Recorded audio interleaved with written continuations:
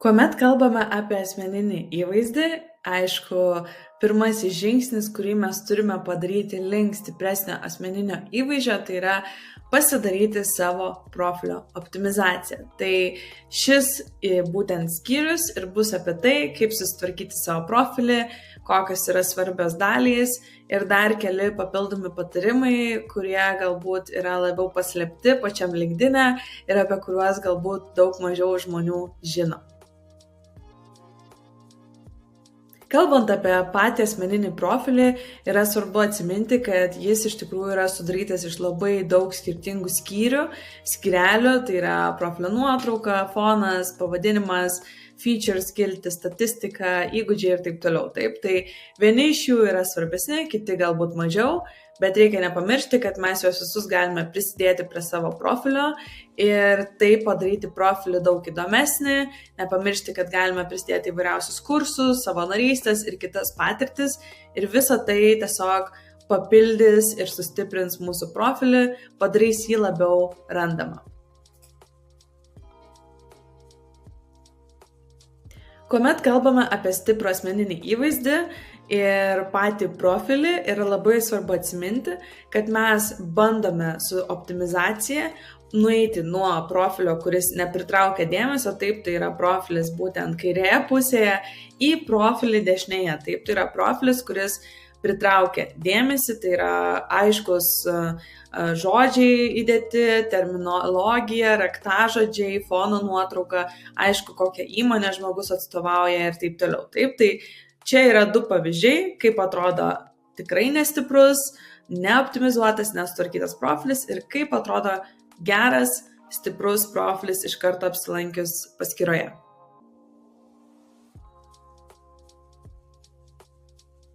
Pradėkime nuo bazės, bazinių principų, bazinių žinių. Tai visų pirma, jūsų LinkedIn paskyra yra suskirstyta į 3 pagrindinės skiltis. Tai yra Core, Recommended and Additional. Tai Core skiltis yra būtent ta pagrindinė, kurią tikrai reiktų užpildyti, tai ten įeina ir edukacija, ir patirtis, ir įgūdžiai. Rekomenduojamos skiltis tai yra featured, tai yra kursai, tai yra licenzijos, sertifikatai, rekomendacijos. Ir tada mes turime additional, papildomas skiltis, tai yra ta pati savanorystė, publikacijos, patentai, kažkokie tai projektai, apdovanojimai ir testų rezultatai. Kalbant apie stiprų profilį, pradedam nuo nuotraukos. Gera nuotrauka yra tokia, kuri aiškiai parodo jūsų veidą. Jeigu turite, aš vis laik sakau, jeigu turite 2 nuotraukas, vienoje šypsotės, kitoje ne, tai būtinai rinkitės tą, kurioje šypsotės, nes tiesiog atrodys labiau draugiški. Bet ką reikėtų žinoti, kad jūsų veidas aiškiai matytųsi, kad nebūtų ten viso kūno nuotraukos, nes tiesiog žmonėms bus labai sunku įsiminti ir atsiminti.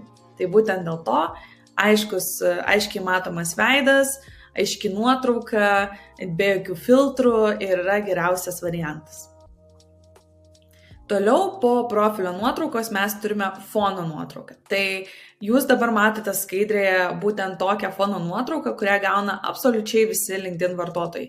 Kai tik jūs susikuriat LinkedIn, jūs gaunat šią nuotrauką, ji yra labai paprasta, tokia pilka ir nieko apie mus nepasako, nei apie organizaciją, kurioje mes dirbame. Tai dažnai būna tokia nuostata, kad jeigu žmogus turi šią profilio nuotrauką, vis dar nepasikeitęs fono nuotraukos, tai galbūt profilis yra neaktyvus. Tai norint to išvengti, reikėtų iš karto pasikeisti į bet kokią kitą nuotrauką. Kaip gali atrodyti jūsų fonas? Tai visų pirma, jūs galite pasakoti apie veiklą ir pareigas. Taip, tai galite turėti fono nuotrauką, kurioje yra jūsų įmonės logotipas, sakykime, galite pasakoti, kokias sritis atstovaujate, kokias temas, apie ką jūs esate, ties kuo mėgstate dirbti. Taip, tai yra vienas būdas, kaip tai galite išnaudoti.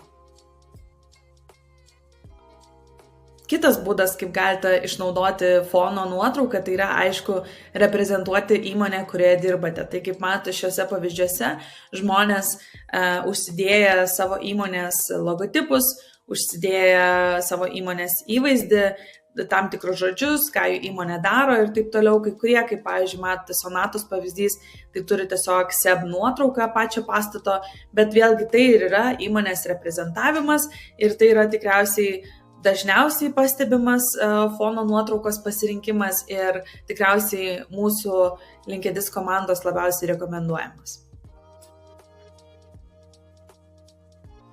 Štai čia matote kelis pavyzdžius, tai kaip atrodo LinkedIn komandos fono nuotraukos, jos yra skirtingos, bet tuo pačiu žmonės gauna kelis pasirinkimus ir tada gali rinktis, kuris jiems yra labiausiai patinkantis, įdomiausias ir panaudoti tą savo paskyroje.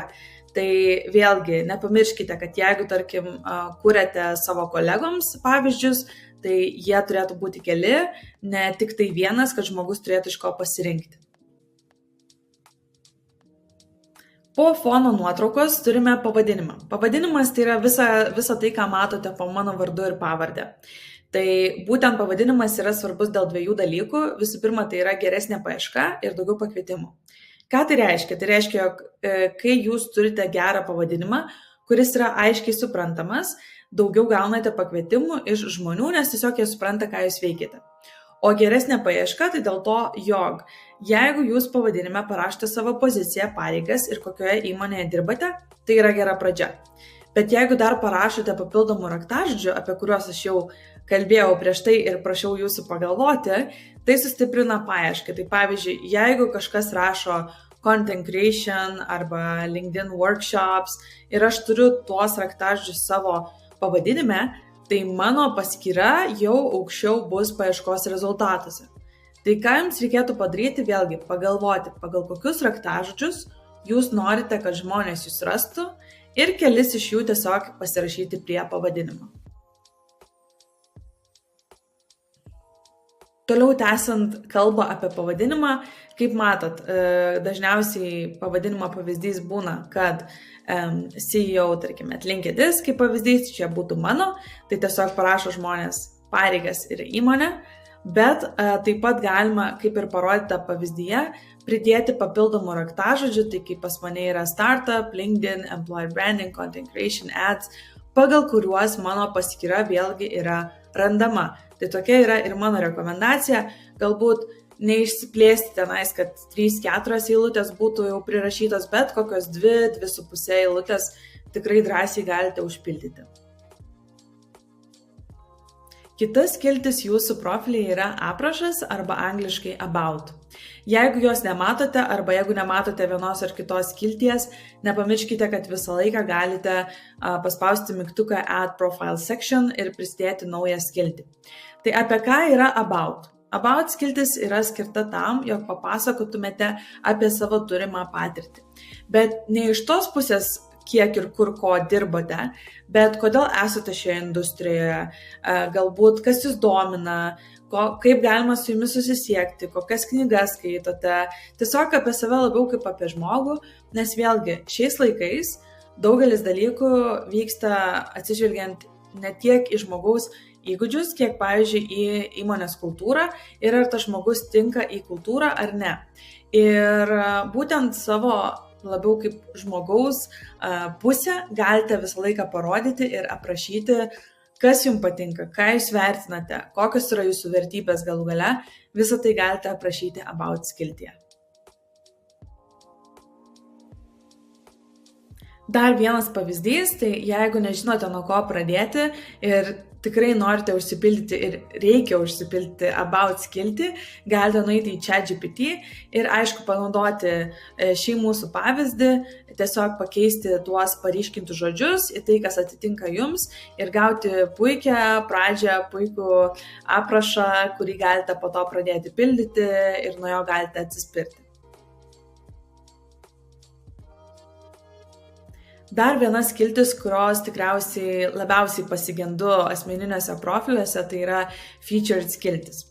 Tai featured skiltis ir beje visą laiką galite nueiti ir į mano profilį pasižiūrėti, kaip viskas atrodo, ar į mano kolegų LinkedIn.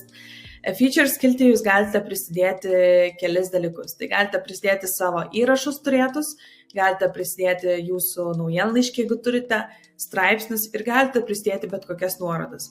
Tai dažnai žmonės vėlgi deda nuorodas ten į savo įmonės svetainę, deda dar kažkur, bet tai vat ir yra gera vieta tiesiog parodyti žmonėm įvairius straipsnius, įvairias nuorodas ir tiesiog paskatinti juos veikti. Tai kodėl reikia šią skiltį turėti? Vėlgi matomumas, pasitikėjimo kūrimas, potencialūs klientai, kurie gali užsiregistruoti, asmeninis įvaizdis. Ką mes galime turėti, tai jau minėjau kelis iš punktų, bet dar kartą pasikartosiu, tai nuorodas skambučiui, pavyzdžiui, laikui su jumis tiesiog užsibukinti, skaitmeniniam produktam reklamuoti, savo portfolio parodyti atsiliepimams, atvejo analizėms ar tiesiog jūsų organiškam turiniui. Ir kaip, kam yra prioritetas, tai aišku vertei, vienodinti vizualai, labiau suvienodinti tiesiog, kad būtų tas toksai matomumas gražesnis, aiškus call to action, tai reiškia, kad labai aišku, dėl ko žmogus turėtų spausti, visą laiką parašykite title, pavadinimą savo būtent pridėtos nuorodos. Ir pergrupavimas, taip, tai vėlgi keisti, žiūrėti, kaip viskas veikia, ant ko žmonės daugiausiai spaudinėja, kas yra įdomiausia ir galite daryti netgi tokius savotiškus testus.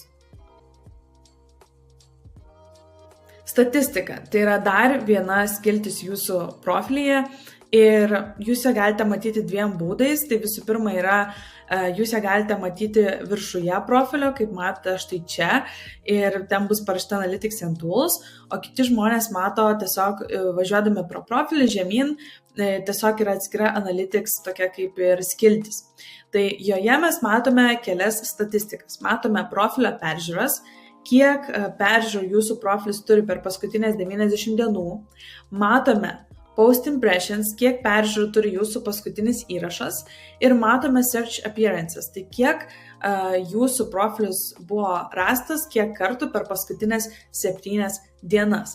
Kas yra įdomu šioje skiltyje, tai kad jums paspaudus ant search appearances, jūs iš karto matote atsidaro nauja vieta jūsų, naujas langas, būtent jūsų LinkedIn ir jūs galite pasižiūrėti, iš kur tie žmonės yra, kurie randa jūsų profilį, tai kokiose įmonėse jie dirba, kokius darbus jie atlieka, kokios yra jų pareigos, taip, ir tiesiog pasižiūrėti daugiau statistikos apie tai, kokie žmonės randa jūsų profilį. Kartais, pavyzdžiui, nuėjus į šią statistiką, galime pamatyti, kad žmonės jūs randa per žodį, pavyzdžiui, nes čia, tarkim, yra pavyzdys, keywords you were found for, tai pagal kokius žodžius žmonės mane rado ir yra Chief Executive Officer, CEO, taip, pagal vadovą. Bet, pavyzdžiui, kitą kartą gali pamatyti, kad tavo profilį randa pagal žodį pardavimai, o tu, pavyzdžiui, su pardavimais visai nieko bendro nenori turėti. Tai tada reikia pasižiūrėti vėl į profilį, pažiūrėti, gal kažkur reikia pratrinti tuos sales pardavimų raktažodžius ir tiesiog, kad jūs rastų pagal visai kitus. Na, o kai paspaudžiate ant post impressions, tai matote, kiek žmonių, tarkim, yra pažiūrėję jūsų įrašus, galite žiūrėti pagal peržiūras, galite žiūrėti pagal įsitraukimą ir taip toliau, galite rinkti paskutinės 7 dienas, galite žiūrėti paskutinius 1 metus ir taip toliau. Tai vėlgi, kuriant turinį šioje platformoje, tai šis skiltis yra gan svarbi ir galite visą laiką matyti, kaipgi jums sekasi. Patirtis ir išsilavinimas. Tai prie patirties noriu tik paminėti, kad svarbiausia palikti esamam ar būsimam darbui gerą įtaką darančias pozicijas ir aišku, jeigu turite kažkokios įdomesnės patirties, visą laiką galite ją pasidalinti, bet į viską žiūrėkite per tokią prizmę, kur jūs norite būti ir kaip tai gali būti vertinga. Na, o išsilavinimas, tai labai paprastai paminėkite savo mokymosi įstaigas, vietas. Ir čia aš galbūt pasakyčiau, kad svarbiausia paminėti aukštasis išsilavinimo įstaigas ir institucijas, tai ten jokių darželių ar mokyklų tikrai čia rašyti ir minėti mums nereikia.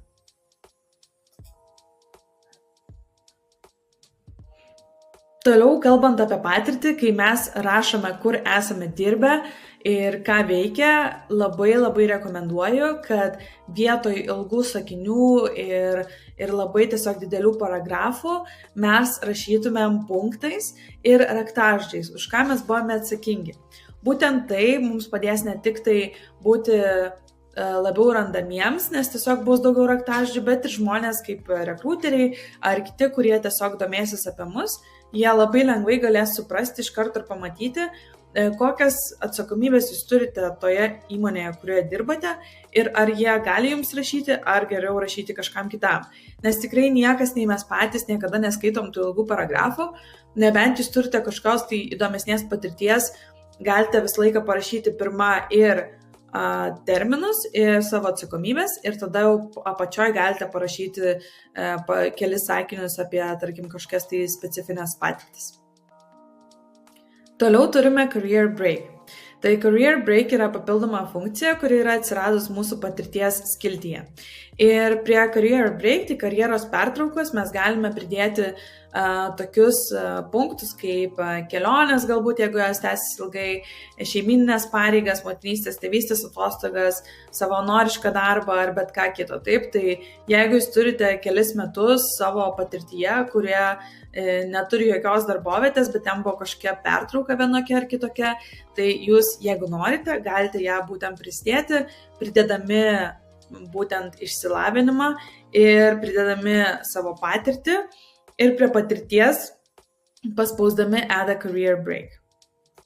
Dar vienas skiltis jūsų profilyje, tai yra licenzijos ir sertifikatai, tai čia nedaug žodžiausių, vėlgi labai paprastai prisidėkite, jeigu turite licenzijas, jeigu turite sertifikatus ir ką reikėtų atsiminti, jog jeigu turite sertifikatą, kuris yra labai senas, viskas su tuo yra ok, viskas su tuo yra gerai, jeigu, sakykime, tas sertifikatas yra pripažintas ir pripažįstamas jūsų industrijoje. Jeigu jis yra labai senas, sakykime, daugiau nei 10 metų ir jis nėra kažkoks labai žinomas ar reikalingas, tai galbūt galite jo ir nedėti. Savanorystė. Tai šioje skiltyje galite prisidėti įvairias savanorystės patirtis ir vėlgi tai sustiprina jūsų profilį, ypač jeigu esate savo karjeros pradžioje ir turėjote savanorysčių, tai duoda jums savotiškų taškų, kai ieškotės galbūt kito darbo ir vėlgi kiti žmonės gali rasti su jumis bendrą kalbą, galbūt matydami, kad kažkada jūs savanoriavote toj pačioj organizacijoje. Įgūdžiai. Įgūdžiai tai yra puikia vieta parodyti, kokius įgūdžius turite ir kitiems žmonėms taip pat už jūsų įgūdžius prabalsuoti. Tai įgūdžių galite prisidėti nemažai, siūlau tikrai neperspausti, tai sakykime kokius 15-20 ir taip pat visą laiką pasižiūrėti, ar tie įgūdžiai, kuriuos esate prisidėję, ar jie nepersipina, ar jie nėra tas pats per tą patį. Taip, nes būna, tarkim, parašyta rinkodaros strategija, rinkodaros ten procesai, rinkodaros dar kažkas ir atrodo galėtum tiesiog vienu žodžiu pasakyti rinkodaros strategiją ir to užtektų. Taip, tai pasižiūrėkite, ar viskas tiesiog nepersipina ir turėkite kuo daugiau skirtingų žodžių ir tuo pačiu jūs galite visą laiką pasirinkti, kurie įgūdžiai yra pirmose vietose. Jie nėra automatiškai tie, kurie turi daugiausia balsų. Jūs patys galite juos visaip stumdyti ir persikelti ir tiesiog padaryti taip, kad tie, kurie jums yra patys aktualiausi ir būtų pirmoje vietoje. Taipogi, ką dažnai matau, kad žmonės prideda kalbas prie įgūdžių, tai čia kalbų pridėti nereikėtų, joms bus atskiras skiltis. Dar vienas paminėjimas apie įgūdžius, tai jog šiuo metu savo profilyje, kai susikūrėte ar prisidedate kažkokį tai įgūdį, jūs jį galite priskirti vienai ir kitai darbovietei, tai irgi ypač kalbant, jeigu, tarkim, išmokote vienoje ar kitoje darbovietėje tam tikrą specifinį įgūdį, galbūt tai yra programavimo kalba, galbūt kažkas kito, galbūt tai yra Photoshopas, ir jūs galite dabar tos įgūdžius susijęti su savo darboviete, savo narystę, projektu ar netgi mokymosi įstaiga. Viena iš paskutinių skilčių jūsų profilyje yra rekomendacijos, tai kaip matėte dabar nuotraukoje rekomendacijų gali būti įvairiausių. Siūlau turėti stipriam profiliui bent 2-3 rekomendacijas, tai jūs jas galite rinkti iš buvusių kolegų, esamų kolegų, galite prašyti projektų, įvairių klientų, su kuriais esate dirbę, tai irgi yra puikus būdas gauti rekomendaciją. Ir vėlgi rekomendacijos didina profilio peržiūras, stiprina patį profilį ir pasitikėjimą jumis. Galbūt kilo klausimas, kaip prašyti rekomendacijos. Tai kaip jos paprašyti, jūs galite nueiti tiesiog į žmogaus, kuris norite, kad jūs rekomenduotų profilį ir paspaudę ant mygtuko More, matote, atsiranda daug įvairiausių pasirinkimų ir tiesiog paspausti Request a Recommendation, tai paprašyti rekomendacijos. Ir tokiu būdu jūs galite pasirinkti, koks buvo jūsų ryšys su tuo žmogum, ar ten buvo tas žmogus jūsų vadovas vadovė, ar buvo jūs tiesiog kolega, grupės, komandos narys ir taip toliau, ar jūs buvote vadovas tam žmogui. Ir tada tiesiog parašyti privačią žinutę, tokiu būdu tiesiog paprašant, kad žmogus, duodamas rekomendaciją, paminėtų vienas ar kitas jūsų tiesiog projektų kažkokias rezultatus, ar jūsų įgūdžius, ar kažką kito. Taip. Ir paskutinė skiltis, ar netgi kelios jūsų paskyroje, tai yra pasiekimai. Tai kalbant apie pasiekimus, vėlgi čia gali tik tai tie žmonės prisidėti, kurie turi tuos pasiekimus, ar jeigu jūs jų neturite, tai viskas tvarkoje, bet jeigu turite, tai galite ir publikacijas prisidėti, ir kursus, jeigu turėjote kažkokius tai universitete kursus, jūs juos galite jau dėti prie kursų. Galite prisidėti apdovanojimus, testų rezultatus ir štai čia mes turime kalbas, languages. Galite prisidėti lietuvių, anglų, kitas kalbas, kurias mokate ir pasirinkti, koks yra jūsų tos kalbos mokėjimo lygis. Ir taip pat organizacijos. Taip, kokiose esate organizacijose, narys ar narė, tai gali būti Rotary klubai, tai gali būti dar kažkokios tai organizacijos ir tas vėlgi puikiai pastiprina jūsų asmeninį įvaizdį ir jūsų profilį. O dabar keli patarimai apie LinkedIn profilį, kurių galbūt nežinojate. Pirmas patarimas tai yra asmeninė nuoroda, asmeninis URL. Kai esate savo paskyroje, nueikite į dešinę pusę ir tenais matysite, jog viršuje yra toksai mygtukas Public Profile and URL. Jį paspaudus mes galime susitvarkyti savo asmeninę nuorodą ir padaryti taip, jog vietoj ten įvairiausių raidžių ir skaičių, kurie yra jūsų nuorodai, būtų tiesiog jūsų vardas ir pavardė. Tai sustiprina jūsų profilį ir tai sustiprina jūsų LinkedIn paskyrą Google paieškoje, jeigu kažkas įrašys jūsų vardą ir pavardę. Dar vienas patarimas, dar vienas hakas, tai yra balso įrašas.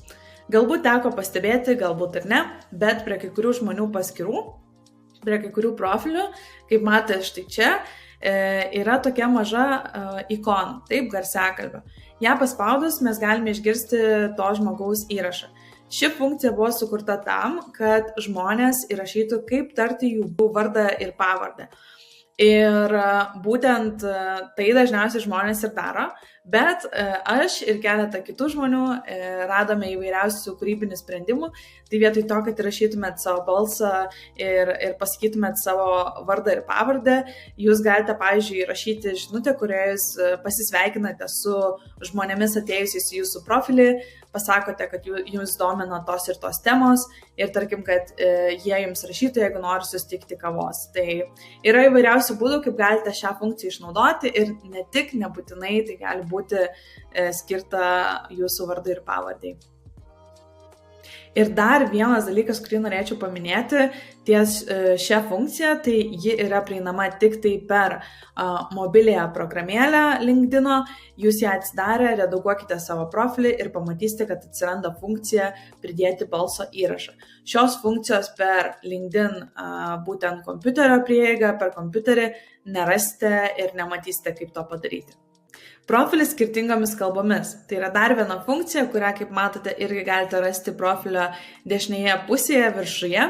Tai iš tikrųjų, manau, ši funkcija labiausiai tinka tiems, kurie dirbate su užsienio rinkomis, kuriuose, tarkim, yra nemažai žmonių kalbančių vietinę kalbą ir jūs ją galite puikiai kalbėti. Tai tada tai tikrai drąsiai pildykite, bet kitu atveju anglų kalba turėti profilį yra visiškai tvarkoje ir galite jį šią kalbą ir palikti. Dar vienas patarimas tai yra nuoroda profilio viršuje. Galbūt teko pamatyti, kad kai kurie žmonės savo paskyroje turi būtent po jų pavadinimu nuorodą su kažkokiu tai pavadinimu ir tiesiog žmonės gali ją spausti, žiūrėti, skaityti ir taip toliau. Tai galite redaguoti savo paskyrą, paspausti ant custom button ir pridėti kokį tik norite nuorodą, kokį tik norite linką, pavadinimą irgi galite sukurti patys ir visi atėję jūsų paskyrą galės spausti, matyti, žiūrėti, galite rašyti lietuviškai, angliškai, bet kokią kalbą.